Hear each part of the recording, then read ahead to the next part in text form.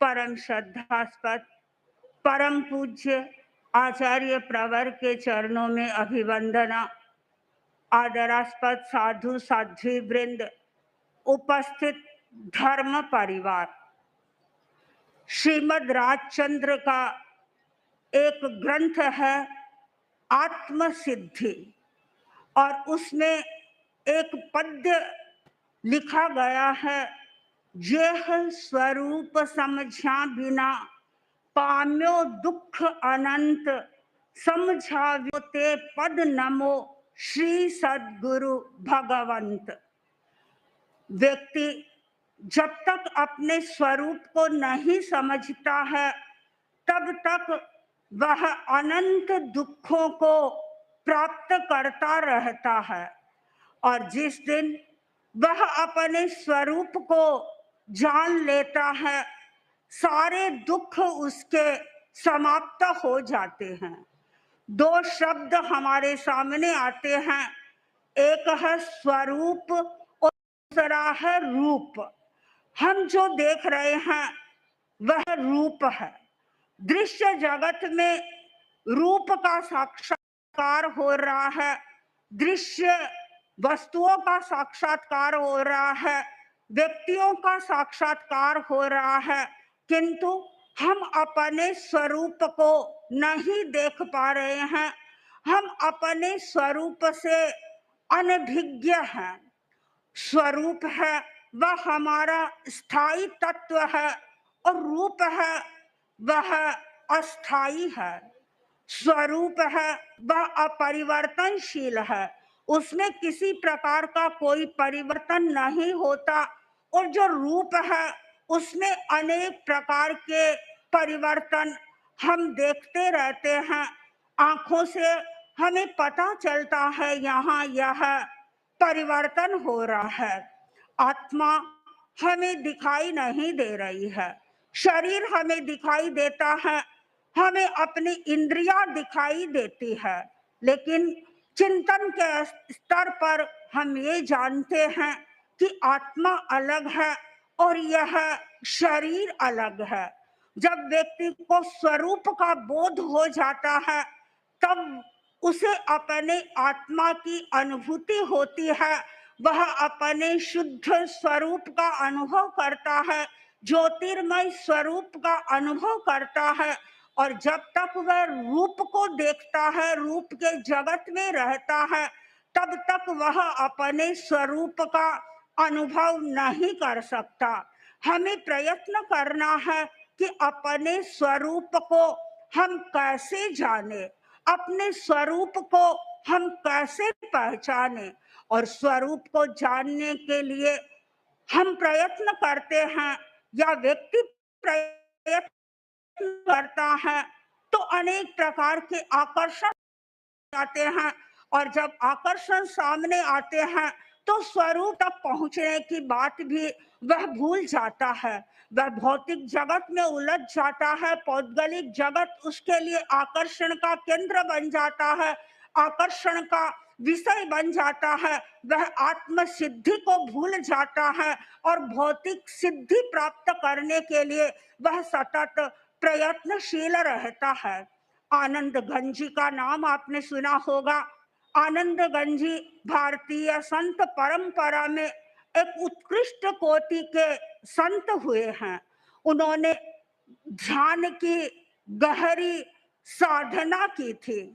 एक बार एक व्यक्ति आनंद गंजी के पास में आया और उसने कहा कि आपका मित्र इब्राहिम, जिसने साधना की थी 12 साल तक, और 12 साल की साधना के बाद में उसने स्वर्ण सिद्धि रसायन तैयार किया है और उसका कुछ भाग आपके पास में भेजा है। आनंद गंजी उस बोतल को देख करके आश्चर्यचकित रह गए। थोड़ा सा रसायन उस बोतल में था। वो मन में चिंतन करने लगे, आत्म साधक के लिए इस स्वर्ण सिद्धि रसायन का क्या प्रयोजन हो सकता है। मुझे तो मेरी आत्मा की खोज करनी है, आत्मा के स्वरूप को जानना है, इस रसायन का मैं क्या करूं। और वह व्यक्ति जो लेकर के आया था आगंतुक के सामने ही उन्होंने एक पत्थर के ऊपर उस रसायन को डाल दिया और रसायन को डालते ही वह पत्थर तो सोने में बदल गया। उस आगंतुक को बड़ा आश्चर्य हो रहा था।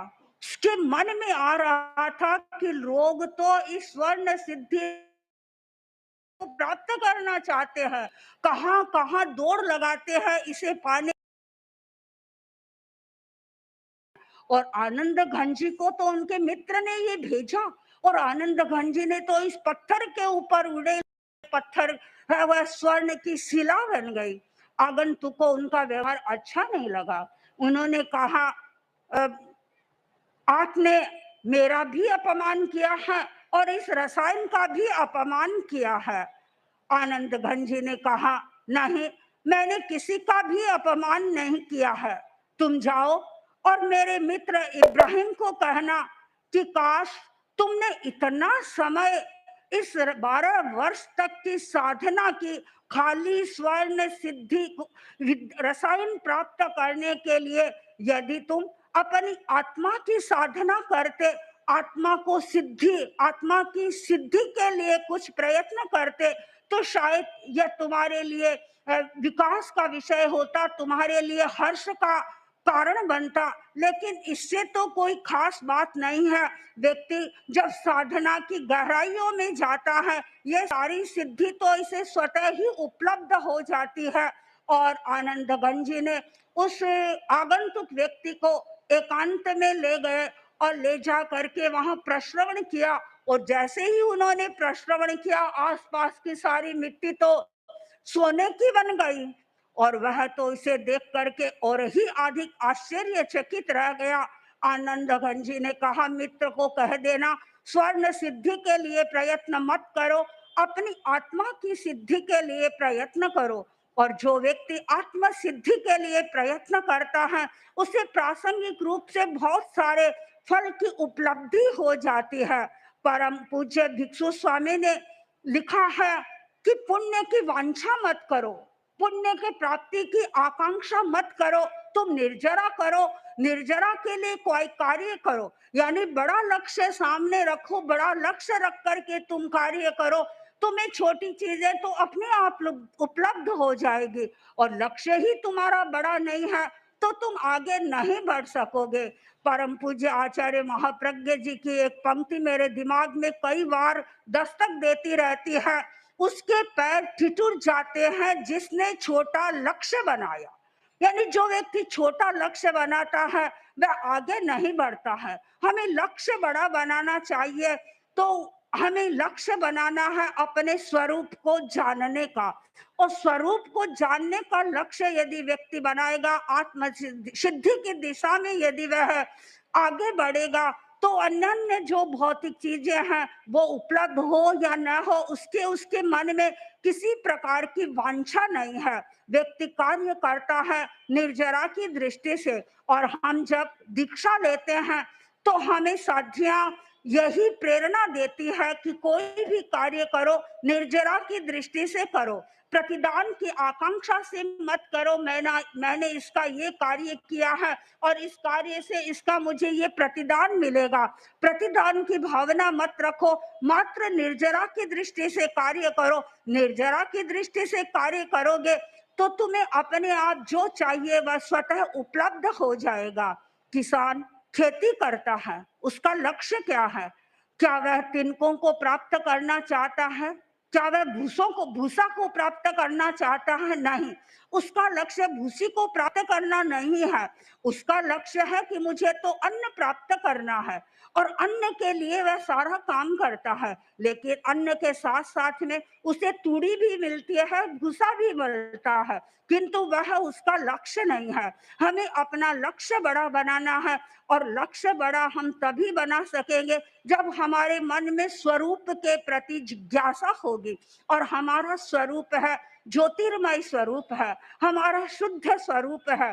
और हमें सिद्ध बनना है, सिद्धात्मा का स्वरूप हमें सिद्ध बनना है, सिद्धात्मा का स्वरूप हमें प्राप्त करना है। और यह शुद्ध स्वरूप ज्योतिर्मय स्वरूप हमें तब ही प्राप्त हो सकता है जब हम इस रूप की दुनिया के आकर्षण को छोड़ देंगे, और जितना जितना हमारा आकर्षण कम होगा, हम स्वरूप की दिशा में अग्रसर होते चले जाएंगे। परम पूज्य आचार्य वर्ग भी बराबर हमें प्रेरणा देते रहते हैं कि हमें दुखों से मुक्त होना है, हमें वीतराग बनना है, हमें सिद्ध बनना है। लेकिन वीतराग बनने के लिए, सिद्ध बनने के लिए या दुखों से मुक्त होने के लिए जरूरी है कि हम अपने स्वरूप को जानने की दिशा में आगे बढ़े। यदि स्वरूप को जानने की दिशा में आगे बढ़ेंगे, स्वरूप को का साक्षात्कार करने की दिशा में आगे बढ़ेंगे, तो निश्चित रूप से की अनुभूति होगी और वह आनंद हमारी जीवन की महत्वपूर्ण उपलब्धि होगा। ओम